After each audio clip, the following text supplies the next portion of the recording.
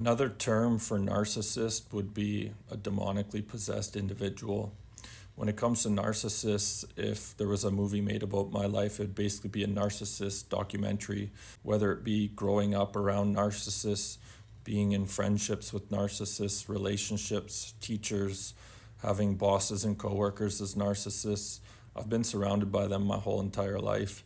And what I've come to realize is that when an individual goes through a chaotic experience in this life, very often what happens is they either close off their heart with love and become a people pleaser, or they close off their heart and block love.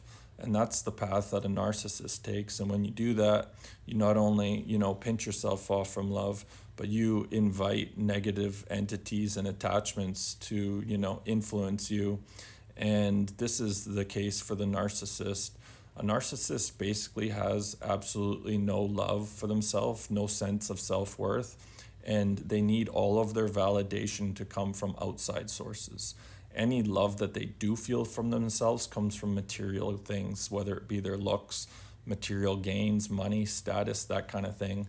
And the most important thing to a narcissist is their image, because if they're not seen in a positive light, then their supply from love is completely cut off because they have none for themselves. In 2015, I started working with a shamanic woman that was capable of tapping into the Akashic records. And when she seen that I was, a very old soul, you could say, and I had a very bright future, she became extremely jealous and felt that my life path would take the spotlight from her. So she started smearing my name, making up lies, sending me black magic, curses, hexes, and even death spells. And this woman was so jealous, and her image, her need to have a supply and be, at the top of the food chain, according to her, was so important that even though she started sending me death spells, and this is a woman that, understands what return to sender means. When you send a death spell to someone and then your son jumps off a building, that's called return to sender. And that's what happened to this individual. And, because she closed off her heart and had so many demonic Jezebelic, attachments, all she could focus on was her image and her goal at task, which was eliminating me so that she could remain in the spotlight. And, this is a woman who had two other kids at home and completely ignored the fact that her first son jumped off a building because of her actions.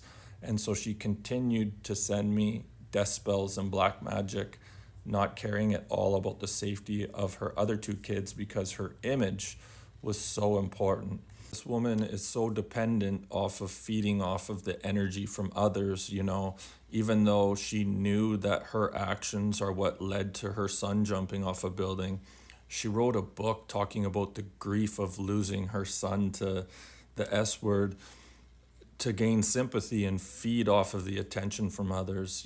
She's flown to the Philippines many times, not just to off goats and work with dark practitioners in an attempt to have me removed from this place.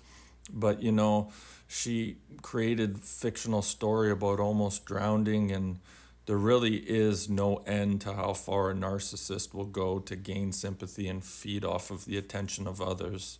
I've confronted narcissists about things that have happened in my life, and basically they flipped the script and told me it was me, or I was wrong, or I'm the crazy one, or go do some drugs, or a narcissist's most important thing is their image. And there's certain levels to being a narcissist, and that is determined by how demonically possessed they are.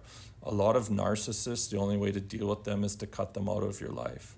If you've been affected by narcissists and you're trying to understand them, the only piece of advice I can leave you with is on October 20th, 2020, I was having a shower at my old man's house, and the soul of Jesus paid me a visit.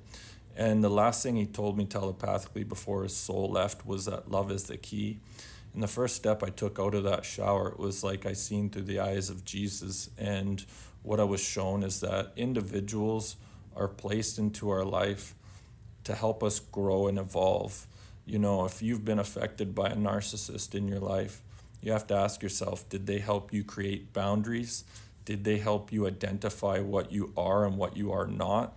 They probably helped you grow in some way. And if you haven't got to that point, you have to evaluate where you are before and where you are afterwards.